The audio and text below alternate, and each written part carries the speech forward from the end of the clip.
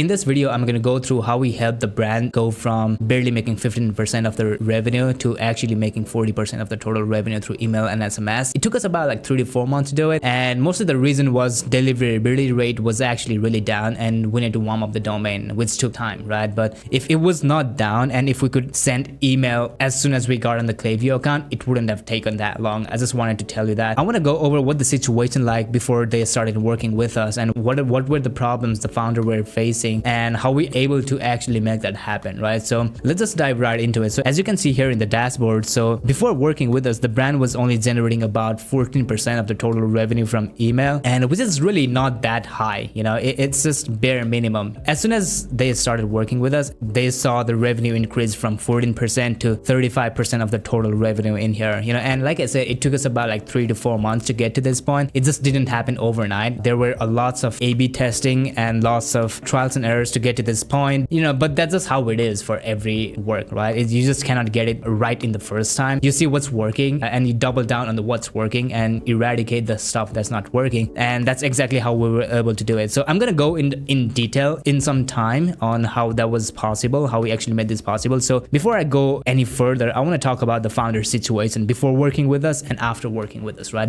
Whenever the business, like whether it's e-commerce brand or any business, it's stagnating, it's always the case that it's the founder's problem, and where they allocate their time to, you know, what decisions they're making. It always comes down to that. And so it was not an exception even in this case. So before they were working with us in terms of like email, it was only attributing to about like 15% of the total revenue. And the thing is, they just did not have enough time to specifically just dedicate on Klaviyo. And I've seen it so many times. A lot of e-com brand owners, like they don't want to hire agency to do their email, but they try to do it themselves, and they just never see the revenue that you can actually get from the email, right? Email was not their main focus. There was no actually proper strategy that they had going on. They were losing a lot of easy sales, and email was nowhere generating what it could have with proper strategy. After working with us, so what happened was email was attributing about like 40% of total revenue, and they never have to worry about Klaviyo again. All they had to do was just pull the Klaviyo dashboard just to see the revenue numbers. And behind the scenes, me and my team were doing all the works in terms of design, copy, strategy, putting out campaigns, constantly A/B testing and stuff. Obviously, it just does not, the revenue does not appear out of nowhere, but that's what the founders get when they work with us as an agency, just solely focusing on the email marketing side of things for the brand. But they just did not have proper system. Now they had a proper system which weren't losing easy sales. They don't have to learn emails from scratch and divide their attention on growing their brand. Most of the time when you actually have to learn about email marketing from scratch, I mean, you definitely don't have, you know, time to do it, and you just put it on the back of the list, generates any revenue, and it never has an even chance to skyrocket the revenue for the brand. And that's why the most brands like fizzle out as well. Even though you're getting a customer, if you cannot keep them on your ecosystem for a long enough time, you're gonna fizzle out. You know, there are a lot of competitors out there. Yeah, that's that. And so the second thing is the Klaviyo situation. I'm gonna talk about the Klaviyo situation here. What it was like before working with us and what it was like after working with us. So in terms of the list growth, it was actually stagnant. There was only 4% opt-in rate. What that means is only 4 out of 100 people who are seeing the pop-up are coming to the email list, which is really low number, to be honest. And the flows were not properly set up. I think they just had welcome series, and then they had like checkout abandonment. They didn't even have cart abandonment, and they only had a post purchase flow with only one email, which is the worst thing that you can do. Once someone has already bought from your brand,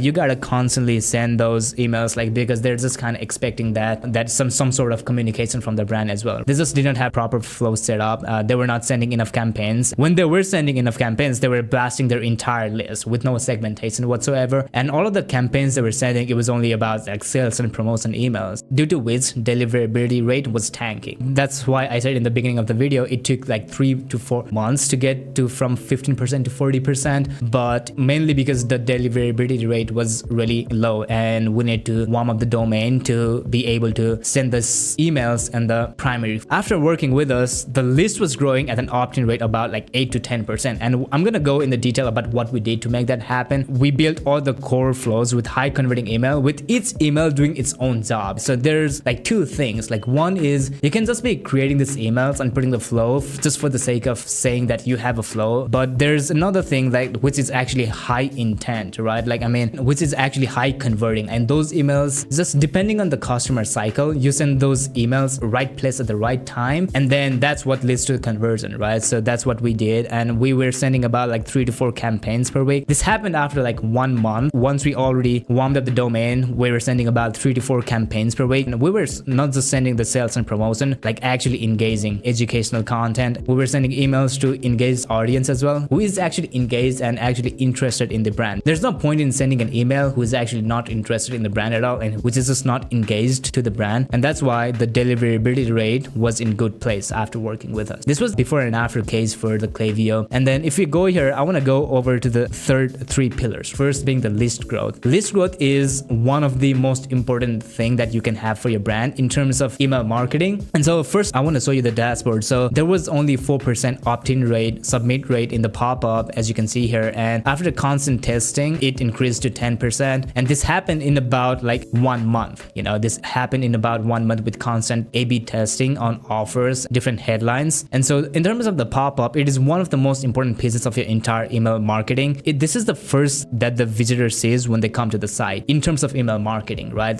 Pop-up is what they see, and that's how they interact with their brand in terms of like from the eyes of email marketing point of view. And that I'm saying it. I mean, they're obviously the people, the traffic that are gonna come to the site is obviously gonna come probably from social media, organic channel, or from ads mostly. And that's gonna be the first impression of your brand. It's gonna be ads or the social media channels. In terms of email marketing, the first thing, the first interaction with your brand is gonna be the pop-up. And that's why it is the most important thing to get this right. If you don't have the pop-up dialed in, then you're losing a tons of revenue on the table and you're not even aware about. That's that. And so the first impression the customer gets of your brand through email, like I already said, and the first thing a visitor sees when interacting with your brand, obviously the first thing in terms of email marketing, which I've already said. And so it directly determines whether you generate 30 to 40% of revenue through email. Most of the brand that we've worked with until now, it's always the case that the brand that are generating 30 to 40% of revenue from the email and SMS, they always has about 8 to 10% opt-in rates. If you don't constantly have new people joining into the email list, then if you're blasting the same entire list over and over again, you can only do that to the certain point. And after that, it's just the revenue is going to cap. What happens when the list growth stagnates? So you get stuck at 15 to 20% of revenue from email. Like as I say, if you've got no new people joining into the list who is fresh, high intent subscribers, they're just ready to buy. If you don't have that coming in, then bro, like email is not going to do its job. And so blasting the same list repeatedly caps your growth, revenue growth that I already talked about. And without consistent list growth, your entire email marketing hits a ceiling. And there's no way you can go further than the revenue that it's generating if your list growth stagnates. What are the things like how it was and what we did in terms of the pop-up is the offer that they were running was just like 10% generic offer with no micro commitment at all. You know, they were asking for the email on the first step, and that can put a lot of people off, you know. And so what we did was we had a micro commitment offer, like a survey form. And then the next is the copy. There was unnecessary copy with no purpose, right? Whenever you say some visitors, you know, sign up for the newsletter list, sign up to get new updates and stuff, like they don't care about that. They only care about what they get. If they get the offer, just talk about that. Don't distract your customers, making them read a lot of different text. We removed all of those copy there, minimal text, and it was kind of off. The pop-up was kind of off-brand and it was not appealing to actually put the email. And the thing with this pop-up was even the font was different to their pre-existing brand's font. It just looked off. And so we made it on-brand, appealing. And then the most important thing here to be able to from 4% opt-in rate to 10% opt-in rate is going to be A/B test. There was no test at all. Obviously, it was just set and forget, but we constantly did A/B testing and optimization in terms of emails and in terms of the offer, and also the questions that we asked was different. And with that constant, we did 4 A/B testing, like one A/B testing in a week. That's what led to 10% opt-in rate. And from there, like, you know, it's just going to be on a 10%. It's going to be the baseline of the brand. It's actually doing pretty good at the moment. It probably, last time I saw it was probably doing about 11 point something percent. This is the pop-up that I was talking about. So first thing you see in this kind of pop-up, it's like a buttons. All you have to do is just press, right? It kind of feels personal as well. And so as soon as you press the button, then boom, you've got to enter your email. Okay, you enter your email and then you got to put your SMS. Bro, what the hell? I've already done this many, so maybe I should just put a number as well. And then they get the discount code. So this just works, you know, this just works. And this is crossing right now. And this is the pop-up example. And we, like I said, I mean, we did a survey form, you know, we asked a question and then micro commitment, offer, all of those. Even the offer is the same. Like we actually ran the same offer. They were sending a 10%. We still did 10%. Offer was the same. It's just like how the form was presented was different for this specific brand. We did not do mystery offer. We kind of tested it, but it this did not work. We only did A/B test for like 1 week as well, and in that 1 week it did not give a proper result that we were looking for. Actually 10% converted better in that form. And so it just completely depends on the brand, what kind of offer you want to run. This is the first pillar, and the second pillar here is flows, right? So this is the second pillar of your email system. This is the most important thing about the flows. Whenever you bring someone into the email list, is going to be the welcome flow. Every flows has its own purpose, obviously, but flows is basically sending them the right message to the right person at the right time, and then the target high intent subscribers who are already considering buying, push hesitant customers over the fence and convert them into buyers, and then work 24/7 in the background with no manual effort required. These are the things that flows does. So it just helps convert the customers based on their customer like buying journey. If you need to build a trust with them when they're just browsing the site, you've got to build trust. You've got to send UGC kind of content, social proof kind of content, testimonial kind of content. Let's just say they add it to the cart. Like, they kind of trust the brand now. They add it to the cart. Now maybe there are some of the objections that needs to be handled. Maybe about shipping time, maybe about returns, maybe about like, it could be anything, right? And maybe they add it to the checkout. It could be the final nod. So it just depends on the message, depends on their behavior to the site. And so that's exactly what we did for this brand. So first off, I'm gonna talk about what we did here. So before working with us, they just did not have no proper flow strategy. If you don't have a proper flow strategy, and if you're sending a random text to the random person who should not be receiving that text, it's just not gonna work. What I mean by text is actually email, but you get the point. It's just the same thing. In terms of the welcome flow, it was only about 3 emails long. It was too short to build trust or drive conversion, right? Because they just opted into the list. They're just knowing your brand. You've got to do a lot of stuff on your welcome service flow. They only had 3, which was just like way too short, and that was not converting, but it was doing quite good. The thing about this brand is they really did have a really high demand in terms of the product itself. As you can see, that even that 14%, there was no proper email marketing done. The only reason it generated about 14% of the total revenue for this brand is the product was good. It actually solved the problem. Most of the time, like for some people, it just doesn't matter how the marketing is. If it solves the problem, they're gonna buy, right? This was that kind of brand, and the people just bought not because of the marketing, but because some people bought it because of the product, because it actually solved the problem. And the brand is actually in the health niche. It really did solve a really great problem, and it still has a huge room for growth, and we're excited. The second thing is here, like the abandoned flow just had 2 emails with no objection handling, and so there was no post-purchase flow in place at all. Like I said, there was just one. You should have more than one,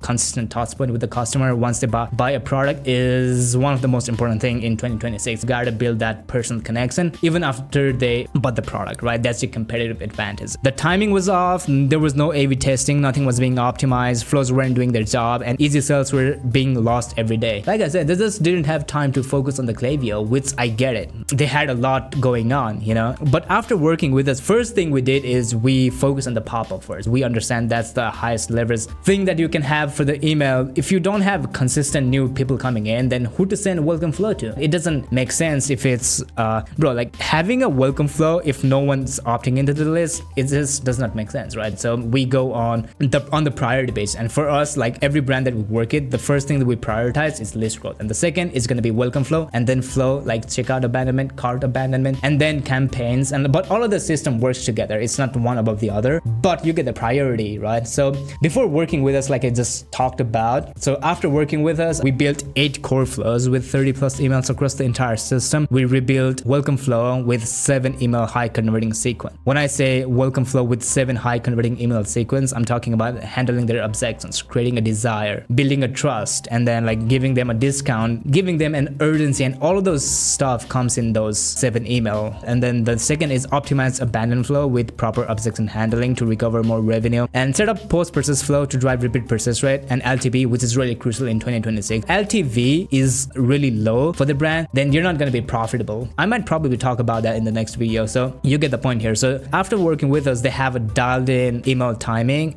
across every flow for maximum engagement, constant ongoing A/B testing to improve performance, no more lost sales. The system now works around the clock. Once all of this flows, and like I said, there was constant A/B testing going on. We still do it to this day. We do 2 A/B testing in flows per week and see what performs better. We always are on the top of the game when it comes down to, we see what's working in the market, we see what's going on in the email marketing world and stuff, because you gotta constantly iterate. That's what we did, and that's why we see a 30 to 40% email uplift, right? So the third thing that I want to talk about is campaigns, right? So before even talking about the campaigns, I want to talk about the scene in 2026, how the e-commerce landscape is. So we all know that new competitors are entering the market every single week. If the brand is not consistently showing up in the customer's inbox and you're not on the top of the mind, then why would they buy from a brand? You know, there are a lot of other brands who is selling it for the cheap. There's no reason. You gotta give them a reason to buy from a brand, and the way you give them a reason is to be constantly have a touch point, multiple touch point with that specific customer. Stay on the top of the mind, and when they're ready to buy, you are the brand that's going to be on the top of your head and you're going to make a revenue. That's how it works. So before working with us, they just weren't sending enough campaigns. They were only sending an announcement, sales and promotion kind of campaign with only discount. That's why it was generating 14%. Why? Because they were sending a discount campaign, and so they were sending to the entire list. No proper strategy behind emails. They weren't segmenting the list. There was no email marketing calendar. It was literally last minute blast. It was not good. You know, it was not good. Like when I saw the dashboard for the first time, instantly I saw how much revenue they were leaving on the table. And when you consider that on a yearly basis, it can be a lot of money. And when it comes down to email, it doesn't take that much to make revenue out of email. You know, I mean, sending an email is free. Obviously, there are a lot of strategies that goes on. As in terms of the founder, they're actually, what they're doing is they're leveraging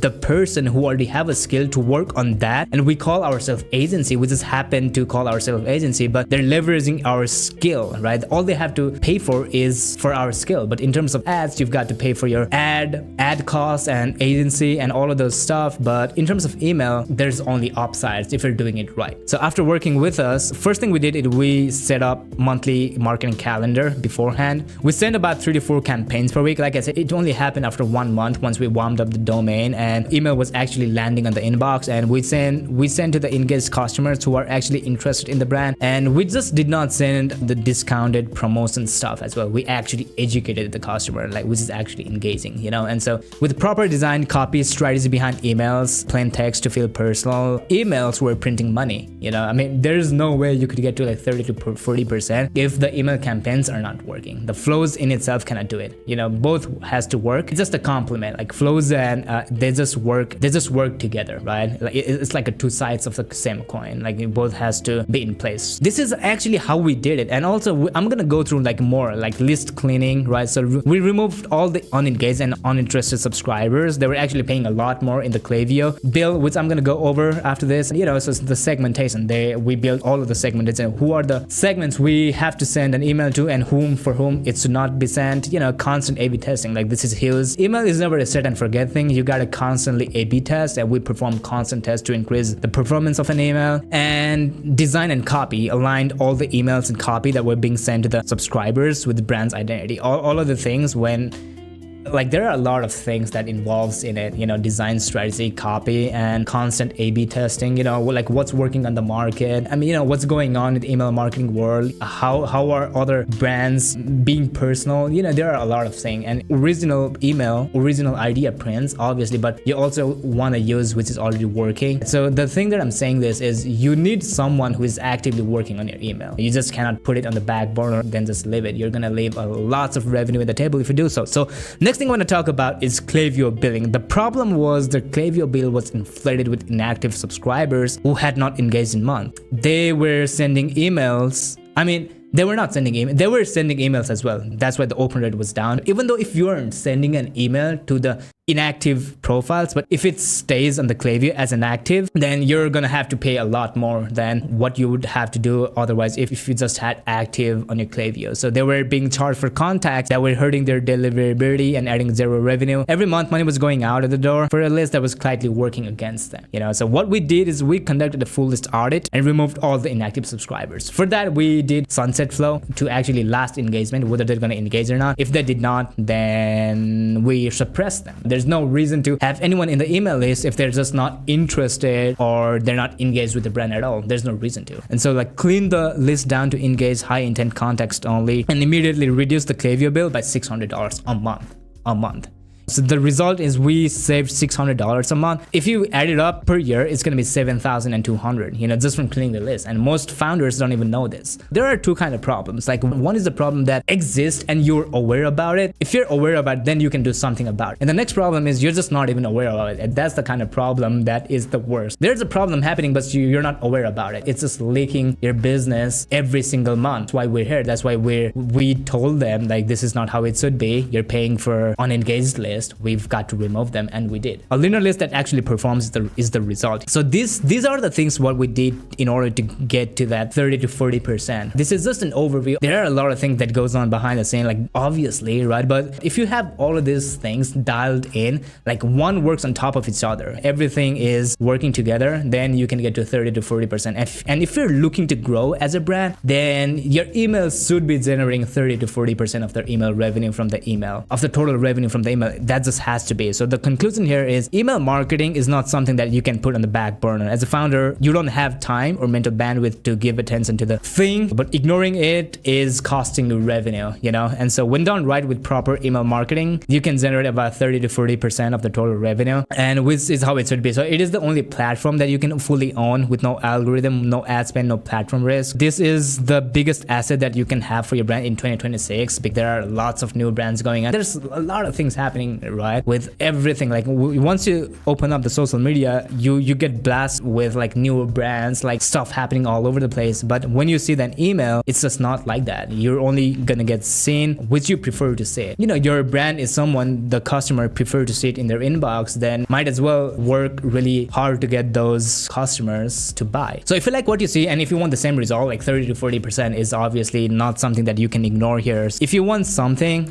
like this for your own brand, if you want your entire email marketing, design, copy, strategy, and entire Klaviyo handled for you, so you can focus all your time on high ROI tasks such as growing a brand, then you can book in a call, and all you have to do is pull the Klaviyo dashboard and see revenue pop up on the Klaviyo. Obviously, as a founder, you don't want to be in the Klaviyo just constantly stressed on what to send and stuff. Like, when you get us to totally handle it for your brand, then you're gonna have lots of room for growth, and then you can book in a call if you're interested. And so that's it for now. Yep.